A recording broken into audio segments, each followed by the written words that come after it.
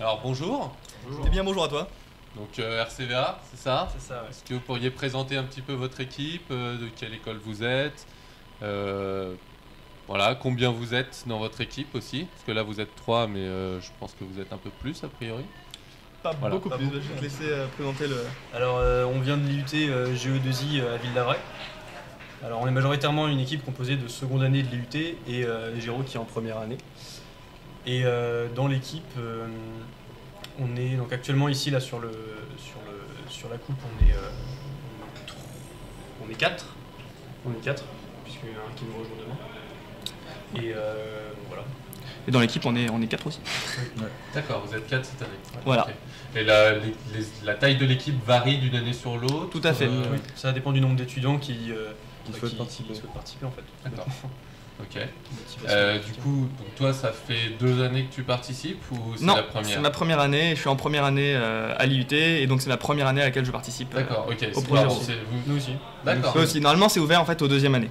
Ok, et donc ça arrive qu'il y en ait qui fassent plusieurs années de suite. Ouais, tout à fait. D'ailleurs, justement, le 4e de l'équipe, ça fait maintenant, ça va être sa 10e année, je crois, qui participe au robot.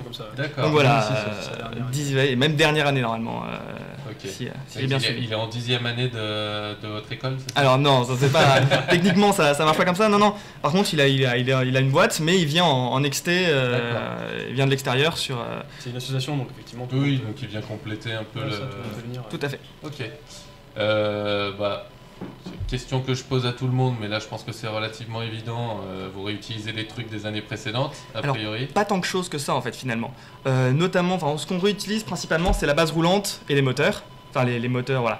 Et les capteurs aussi, on en récupère sur les robots des années précédentes. Mais sinon, à chaque fois, on refait entièrement l'architecture du robot, la carcasse du robot. Donc chaque année, on refait des nouvelles plaques électroniques. On fait de la CAO et on les imprime et après on les soude et chaque année, c'est une nouvelle carte qui sortent.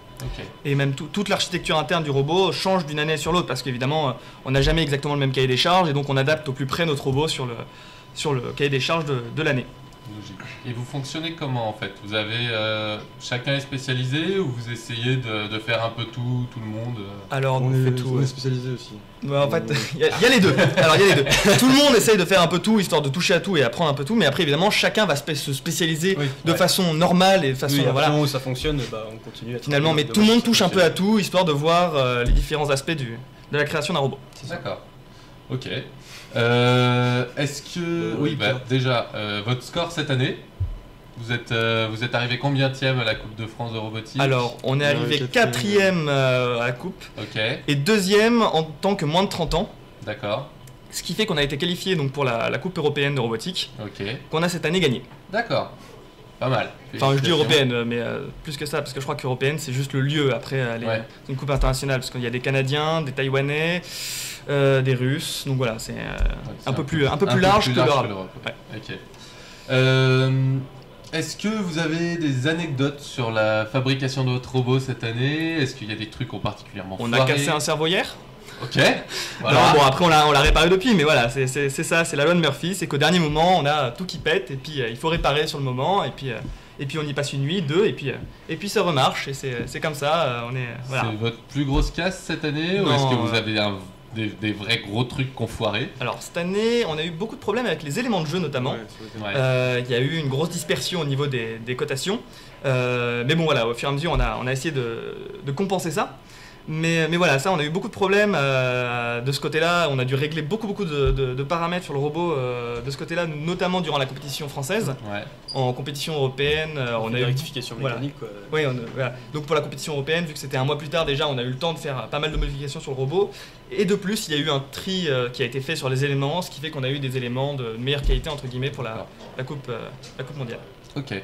Et dans les trucs que vous avez particulièrement réussi cette année, quel est l'élément qui vous semble le plus Je dirais construction. Ouais. En fait, on est la seule équipe à essayer de faire des constructions. Pas la seule, il y en a quelques-unes autres, mais voilà, très peu d'équipes qui ont choisi cette année de prendre la décision d'essayer de faire une construction. On comprend pourquoi, c'est quand même, techniquement, on a eu beaucoup de mal, on n'a quasiment jamais réussi à la sortir au complet en Coupe de France. D'ailleurs, on n'a jamais réussi à la sortir la plus belle construction. On a fait le score maximum, je crois, de notre robot au 2e match de finale, enfin au premier match de finale en coupe à Eurobot 2016. Le premier match qu'on a fait, on a réussi à faire le score maximal que pouvait faire le robot, c'est-à-dire faire une muraille à 2 étages, c'est-à-dire donc 2 tours de haut, avec évidemment des cubes, donc 8 cubes entre les deux tours. Okay. Donc voilà, ça c'est le plus beau score qu'on a réussi à faire avec notre robot. Et évidemment, c'est pour ça on a fabriqué des bras qui sont là pour aller récupérer. Je vais tourner un petit peu pour qu'on puisse dégager un peu.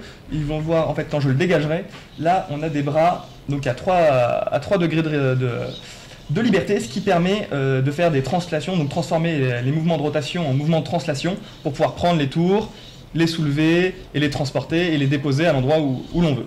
D'accord. Voilà. Ok. Eh ben merci beaucoup. Avec grand plaisir. Si vous avez d'autres questions. Non, bah c'était très bien. Merci beaucoup.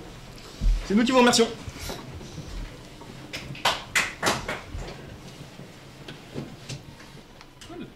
Nickel, hein.